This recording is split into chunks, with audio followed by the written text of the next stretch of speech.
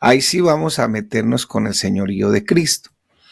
Y dice Efesios capítulo 3, ojalá busque allá en su Biblia, versículos 14 al 21. Por esta causa, dice Pablo, doblo mis rodillas ante el Padre de nuestro Señor Jesucristo, de quien toma nombre toda familia en los cielos y en la tierra, para que os dé, conforme a las riquezas de su gloria, el ser fortalecidos con poder en el hombre interior por su espíritu, para que habite Cristo por la fe en vuestros corazones, a fin de que, miren estas palabritas tan lindas, arraigados y cimentados en amor, o sea, el amor que se le tiene a Dios, seáis plenamente capaces de comprender con todos los santos cuál sea la anchura, la longitud, la profundidad y la altura, y de conocer el amor de Cristo. O sea, Pablo está orando para que tú entiendas, yo entienda el amor de Dios, porque el amor de Dios ya fue derramado, según lo que dice Romanos capítulo 5, ya fue derramado en nosotros por su Espíritu. Entonces lo que está diciendo Pablo es que no es que ustedes no tengan el amor de Dios. Le estoy orando a Dios para que ustedes entiendan el amor de Dios, que excede todo conocimiento, para que seáis lleno de toda la plenitud de Dios. Y aquel, o sea, Dios, que es poderoso para hacer todas las cosas mucho más abundantemente de lo que pedimos o entendemos, según el poder que actúa en nosotros, a Él sea la gloria en la iglesia, en Cristo Jesús, por todas las edades, por siglos de los siglos. Amén. Entonces, aceptando el señorío de Cristo, si usted quiere permanecer, si yo quiero permanecer firme en el evangelio, en la fe, tengo que aceptar el señorío de Cristo. Aceptar el señorío de Cristo en el Antiguo Testamento se traduce la palabra Señor, que es la misma palabra que se traduce como Curios, de Curios, en el Nuevo Testamento. Señor quiere decir mi amo, yo le pertenezco a Él. Por eso Pablo dice que nadie puede llamar Señor al Señor si no es por el Espíritu. Si no ha habido un encuentro personal con Dios, entonces no podemos entregarle nuestra vida al señorío de Él. Pero si queremos cumplir la voluntad de Dios en nuestra vida, tenemos que tomar la decisión de que Cristo sea nuestro Señor. No simplemente que suene bonito, que Él debe ser el amo de todo lo que nosotros hacemos. Yo no sé si usted se vio la saga de la trilogía del Señor de los Anillos, y usted nota, bueno, voy a hacer un paréntesis aquí, usted nota a Gollum. Gollum es un hombre que se volvió un monstruo porque se obsesionó con el anillo que tenía ciertos poderes. Él le dice mi preciosura, ¿se acuerdan? Bueno, los que vieron la película, mi preciosura. Me pareció horrible ese monstruo ahí, pero era un hombre y se obstinó tanto que se volvió un monstruo. Bueno, invirtamos eso para el lado del Señor, o sea, que nos obsesionemos tanto con el Señor, que el Señor completamente nos transforme, y no nos va a transformar en un monstruo, sino que sencillamente nos va a volver sus hijos, y que hagamos nosotros lo que Él, como nuestro amo y Señor, seamos. Someteremos todas nuestras relaciones con los demás y todas las circunstancias a su palabra. Sus relaciones interpersonales, su familia, sus negocios, su mayordomía, todo sometido a la voluntad de Dios. El Señor nos ha provisto todo lo que necesitamos para que nosotros vivamos conforme a su santa voluntad. Todo nos lo ha dado. Le hace segunda de Pedro, capítulo 3 en adelante. Todo lo que pertenece a la vida y a la piedad, el Señor nos lo ha dado. Lo único que nosotros, ¿qué tenemos que hacer nosotros?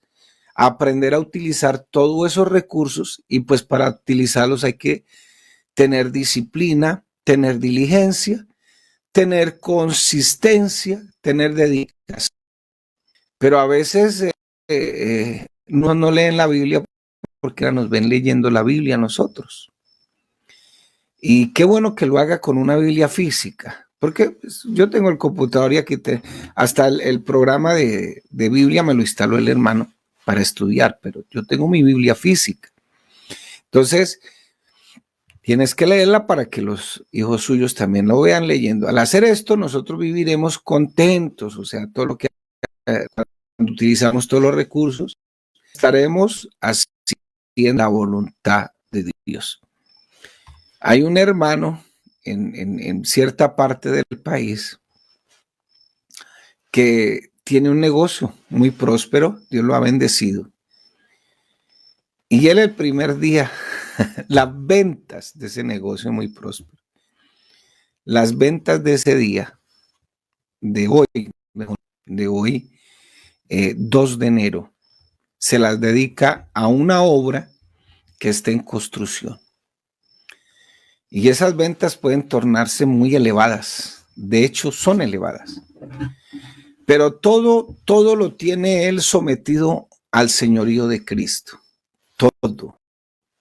Me acuerdo una vez que fui a un programa allá los llanos orientales, la zona de Arauca, y la hermana pues tenía 4 hijos, pero a cada uno le había dado su propia finca, su propia parcela. Bueno, aquí les decimos finca en Colombia.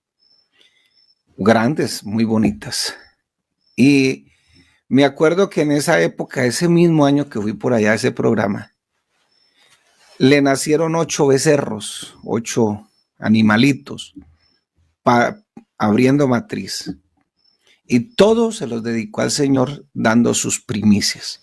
8 becerros. Las primicias se le daban al pastor. Y los hijos le cayeron encima. ¿Qué pasa, mamá? Usted es que es boba, usted es que esto, usted es que lo otro. Y entonces la mamá me dijo, ¿sabe qué? Yo les di todo lo que ustedes tienen. Yo hago con lo mío lo que se me da la gana. Perdónenme las palabras. Pero de ahí para adelante, hermano, las bendiciones no caben de contarlas. Tristemente algunos no crecen o no crecemos en la fe y seguimos siendo cristianos inmaduros. ¿Por qué? Porque no es que no estemos siendo enseñados bíblicamente, sino que sencillamente no tenemos interés en aplicar esas verdades bíblicas. Solamente somos oidores y no somos hacedores. Nosotros, cuando somos orientados bíblicamente, podemos someter fácilmente o someternos humildemente a las órdenes del Señor. Esto, claro, si queremos vivir para Dios. Y esto no es una opción. Aquí vivimos o vivimos para Dios. No es solo conocer lo que Dios ordena, sino someternos a las órdenes de nuestro Rey, de nuestro Señor, porque Él sigue siendo Rey de Reyes, Señor de Señores, y hasta el momento yo me he dado cuenta que Él no quiere renunciar a su cargo. Y nos podemos someter a sus órdenes y tomar la decisión de que vamos a obedecer su voluntad soberana por encima de nuestros deseos. Dice la misma palabra, el mundo y sus deseos pasan, pero el que hace la voluntad de Dios permanece para siempre. Ojalá usted en este 2023, ya iniciando este año, este segundo día, ojalá deseemos con todo nuestro corazón planificar todos los pasos necesarios para podernos someter genuinamente y sobre todo con ese fervor, con ese entusiasmo a la voluntad de Dios. ¿Va a ser fácil? No, no va a ser fácil. Porque cuando usted quiere agradar a Dios y servir a Dios, automáticamente vienen los ataques.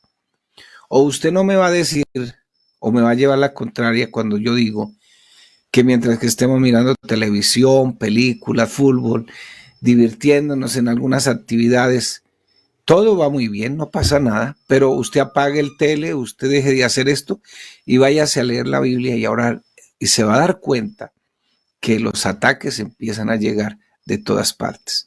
Nosotros tenemos que desarrollar esos deseos genuinos, fervientes, de someternos al señorío de Cristo. El señorío es que Él es el Señor de señores, el Rey de reyes. La palabra Señor viene de la palabra Curius, que significa que Él es mi amo, que yo soy su dueño, que yo le pertenezco a Él, que he sido apartado para Él. Eso es aceptar el señorío de Cristo en nuestra vida. Cristo será no solamente mi Salvador, sino que también será el Señor de todas las áreas de mi vida, y que a pesar de mis debilidades, de mis deseos, de esas costumbres humanas, yo voy a tomar la decisión de someterme humilde y alegremente a la voluntad de Él. Porque puedo decir que estoy sometido a Él, pero lo estoy haciendo con alegría, humildemente. Es más, si usted toma la decisión de vivir con mansedumbre para el Señor, la palabra mansedumbre significa que acepto su voluntad, su señorío, su palabra. Usted va a ser bendecido en esta tierra, y no solamente en esta tierra, sino también en la eternidad. ¿Acaso la Biblia no dice en Mateo capítulo 5, bienaventurados los mansos, porque ellos recibirán la tierra por heredad? Los mansos, no los mensos, ¿no?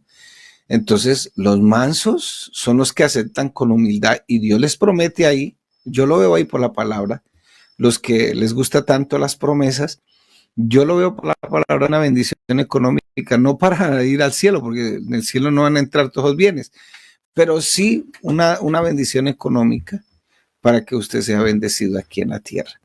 Como cristianos, no solamente debemos estar felices, contentos con que Cristo es nuestro Salvador, sino que Cristo también tiene que ser el Señor de mi vida, el que tiene el dominio en mi vida, el que gobierna todo y en todo.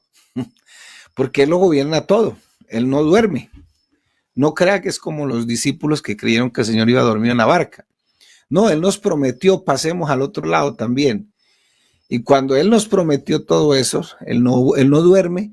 Y aunque en esa barca, cuando estaba aquí, si usted lee Mateo 8, usted se dará cuenta que pues Él es 100% hombre, 100% Dios, estaba cansado, sin duda, pero a los discípulos se les había olvidado que Él estaba cansado porque venían de hacer una cantidad de milagros, de proezas el Señor. Quizás allá, cuando esa fe era teórica, con este me quedo, con este es el que sigo para adelante.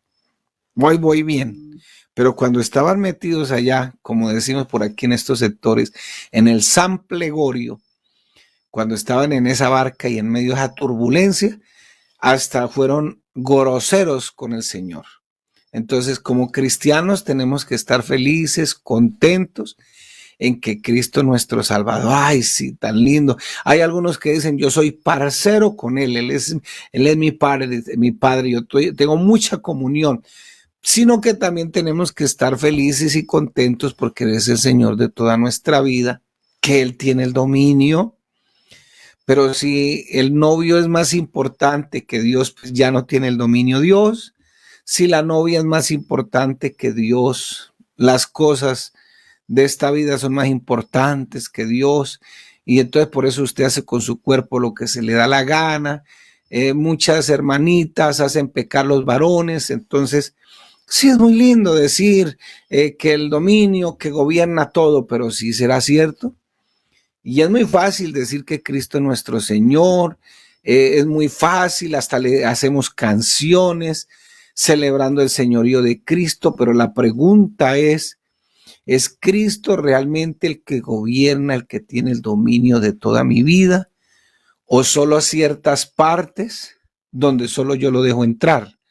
Así como cuando yo voy al supermercado y le digo, Señor, yo entro con el carrito, esto me gusta, esto no me gusta, yo voy el domingo tal porque es que ese día dan comida, yo voy este día porque es que ese día viene el hermano fulano a predicar, yo doy y es que ese sí me gusta como me habla y todo eso. Bueno, una cantidad de cosas que nos hemos inventado.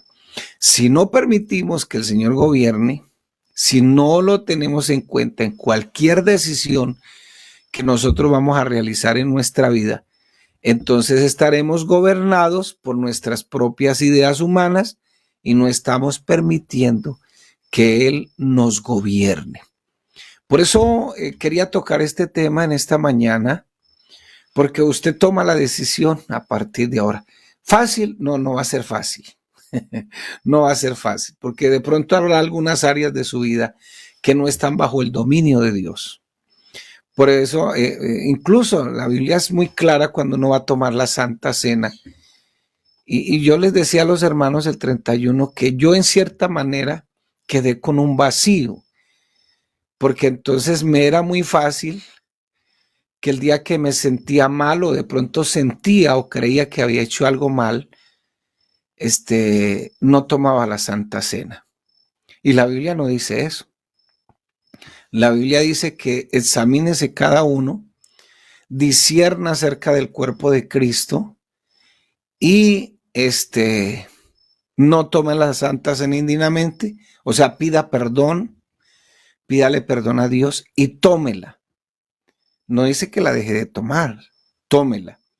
Ahora, si la toma indignamente, o sea, sin examinarse, sin tener en cuenta eso, sin examinarse, pues también tiene problemas, porque si usted nota el texto sagrado, en el versículo 30 de 1 Corintios 11, usted se dará cuenta que hay una disciplina de parte de Dios, no de parte del pastor, sino de parte de Dios. ¿Cuál es esa disciplina? Que algunos están enfermos, otros están debilitados y otros ya duermen. Algunos están enfermos no se refiere a las enfermedades que heredamos de Adán y Eva por el pecado de ellos. No. Se refiere a una enfermedad que Dios la va a permitir ahí como un aguijón. ¿Para qué? Para que caigas en cuenta de que no estás permitiendo que aunque le entregaste la vida al Señor y prometiste allá cuando fuiste a las aguas del bautismo que le iba a servir al Señor y que Él iba a ser el Señor de tu vida. Entonces no te estás tomando tu cristianismo en serio y ni siquiera estás tomando la Santa Cena que te recuerda que es tu salvación y que el Señor viene. Entonces, algunos están enfermos, otros están debilitados. Y esa palabra debilitado significa que no tienen salud mental, depresiones, llegan hasta el punto de las esquizofrenias, aún siendo cristianos. ¿Por qué? Porque no se están tomando su cristianismo en serio. Y otros ya duermen, o sea, el Señor dice, bueno, te voy a dejar que arregles tus cosas y te vienes para el cielo porque yo quiero que me adores aquí. Entonces, ahí es donde viene ese problema, muy grave, muy grande. Entonces, qué bueno que en esta mañana podamos entender que ese señorío de Cristo nos permitirá vivir como Él manda, aunque nuestra carne no le resulte tan fácil, no le resulte tan sencillo, porque todos deberíamos amar a Cristo como Señor. Él es el Señor de todas nuestras cosas. Entonces, quien acepta el señorío de Cristo, aceptará primero pues que Él es su Salvador, aceptará que estamos dispuestos a dar incluso nuestra vida por Él. Eso ocurrió en la iglesia primitiva. Muchos de aquellos que declararon que Cristo era su Señor dieron sus vidas, terminaron como antorchas humanas incluso bajo el Imperio Romano, porque el César era el Señor de todos y debían someterse a Él. Por eso Pablo dice, no tengo de qué avergonzarme del Evangelio, quiero ir a predicarles a ustedes. No me avergüenzo del Evangelio y sospecho que algunos de pronto aquí se avergüenzan del Evangelio, pero Pablo dice, no me avergüenzo porque es el poder de Dios para salvación. De hecho, lo que llevó a la persecución del Imperio Romano sobre la iglesia es que el imperio políticamente era gobernado por un César, donde se reconocía que ese César era el Curius. Entonces los cristianos tenían un solo Señor que era Cristo y por eso terminaron allá en el circo romano como antorchas humanas, como lo que sucedió con Nerón, que le clavó una estaca a los cristianos y les echó aceite y les prendió candela por todo el imperio. Entonces, hermano querido, por eso dice Pablo, vuelvo y le repito, nadie puede llamar Señor al Señor si no es por el Espíritu. Todo dependía del movimiento del dedo del emperador en esa época, la vida de los demás. Era plenipotenciario, en otras palabras, y su poder era tan grande que aún el saludo de todas las personas tenían que reconocerlos a ellos como César. Ellos decían, César es el Señor, que tiene dominio soberano. El otro respondía al César diciendo que él era el Señor de todo. Pero un día todo eso cambió. Las personas cambiaron su forma de saludar, cambiaron su respuesta. Ya César no era su Señor, sino Jesucristo. Ellos rechazaron el dominio de César y se sometieron al señorío de Cristo. Hubo un cristiano, no me acuerdo el nombre, fue como el asistente del apóstol Juan. Se me olvidó el nombre de ese hombre. Uno de los padres de la fe, defendió la unicidad también. Y él ayudaba al apóstol Juan a entrar al culto cuando estaba ancianito. Y quedó de pastor también y empezó la persecución. Pero los hermanos Policarpo. No, es que no me acuerdo cómo era. Sí, me parece que era Policarpo. Bueno, el hecho es que los hermanos lo querían tanto que lo escondían, pero el emperador lo persiguió tanto que siempre mataba a alguien de esas familias donde lo escondían, hasta que un día él se cansó de ver morir los hermanos y se entregó. Había la iglesia donde él predicaba, era una iglesia de tablita, de madera, y lo metieron ahí, le pusieron leña, le echaron aceite. Le dijeron, vea, le perdonamos la vida si usted declara que el César es su señor, el Curius.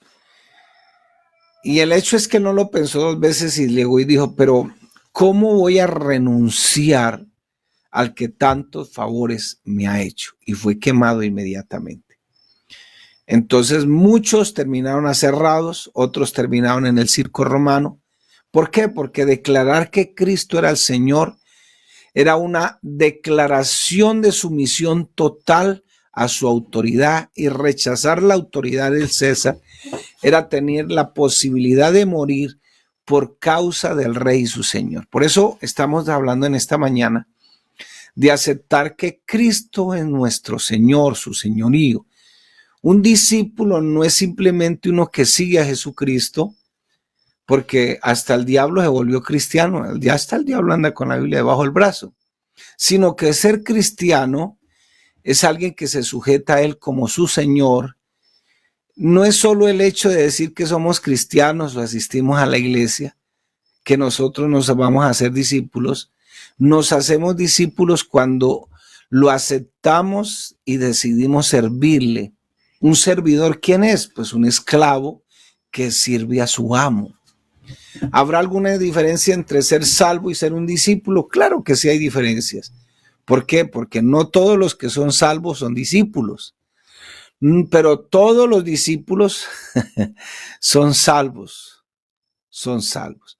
No es solo vivir como salvos, sino que Él es el Señor de todo lo que nosotros deseamos, tenemos y hacemos, incluso hasta nuestros diezmos, nuestra economía. Todo depende del Señor y para el Señor, porque todo fue creado por Él, por medio de Él y para Él. Ser discípulo del Señor es entrar en esa relación íntima, creciente con su Maestro, porque usted va creciendo, que nos permitirá ser semejantes a Él y vamos creciendo con Él, amar como Él nos amó, vivir como Él vivió, servir a la iglesia como Él sirvió y sobre todo dar los frutos que Él espera, o sea, que crezcamos. Por eso, mi hermano, Dios no te ha hecho parte de la iglesia universal, Dios te ha hecho parte de la iglesia local. A veces, pues, yo creo que existimos pastores complicados, me imagino yo, porque pues una cosa es nuestra naturaleza humana, nuestros comportamientos, otra cosa es nuestra relación. Y de pronto existiremos pastores que tenemos diferentes personalidades, El problema de a veces nosotros como cristianos es que confundimos la autoridad con la personalidad. Entonces, cuando el pastor es así todo bonachón, que se ve todo bonachón, nos lo pasamos por encima. Decía un hermano, pero cuando el pastor es trinca, o sea, no sé esa palabra cómo será por allá en su país. Cuando el pastor es trinca, o sea, templado, es que todo lo controlan, todo lo manejan, entonces la gente camina más derecho. La pregunta es, ¿a quién le sirves? Sí, yo me acuerdo que en cierta ocasión hicieron un cambio de pastor y los dos eran totalmente diferentes, totalmente distintos. El que llegó era más tranquilo, escuchaba un poquito más a las personas, les veía un poquito más sus condiciones humanas. El otro era más controlador, más todo bajo control. Tenían que llegar media hora antes a orar. Todo era disciplinado. Y claro, cuando llegó el otro empezaron incluso a decir, no, es que el pastor no tiene pantalones, no se amarra. Hasta que yo vi un día a mi pastor molesto. Ay, era mi pastor. Lo vi molesto y dijo, hermanos, pues yo quiero preguntarle a esos que me dicen que yo no tengo pantalones, ¿a quién le servían? Si al pastor o a Dios. Entonces a veces cuando vienen algunas dificultades, me voy de esta iglesia, yo no soporto, pero no te has dado cuenta que quizás Dios quiere que tú crezcas en algo.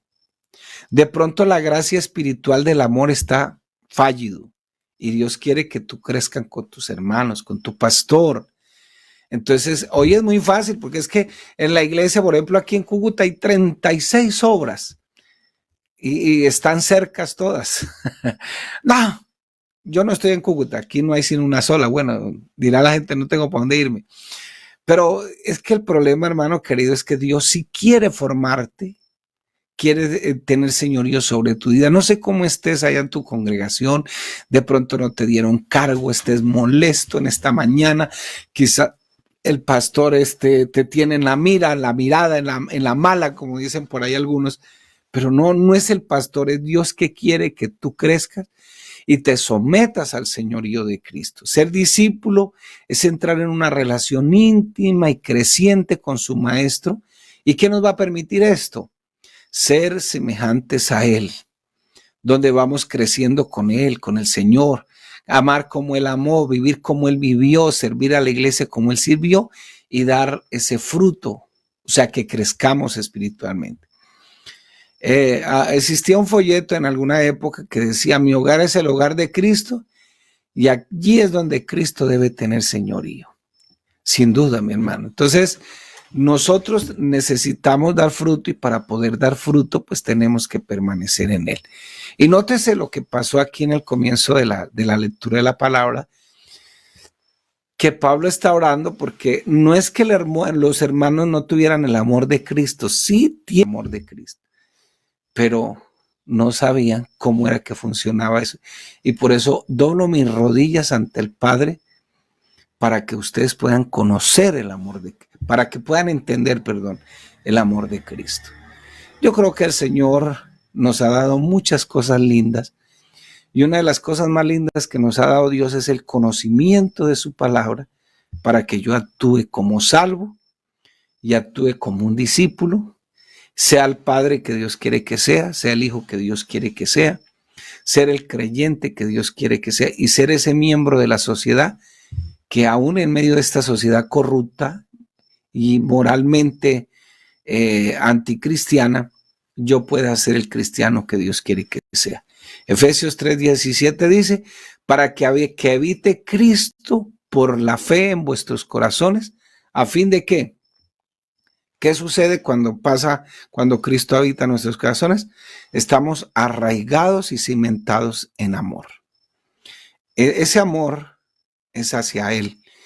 Por eso el Señor le dice a Pedro, Pedro, ¿me amas? Y Pedro le dice, sí, Señor, yo te amo. Pedro, ¿me amas? Sí, Señor, ¿cómo no te voy a amar? Pero las palabras en el original, el Señor pregunta con la palabra, Pedro, agapao, o sea, ¿me amas mucho? O como decimos los latinos, muchísimo.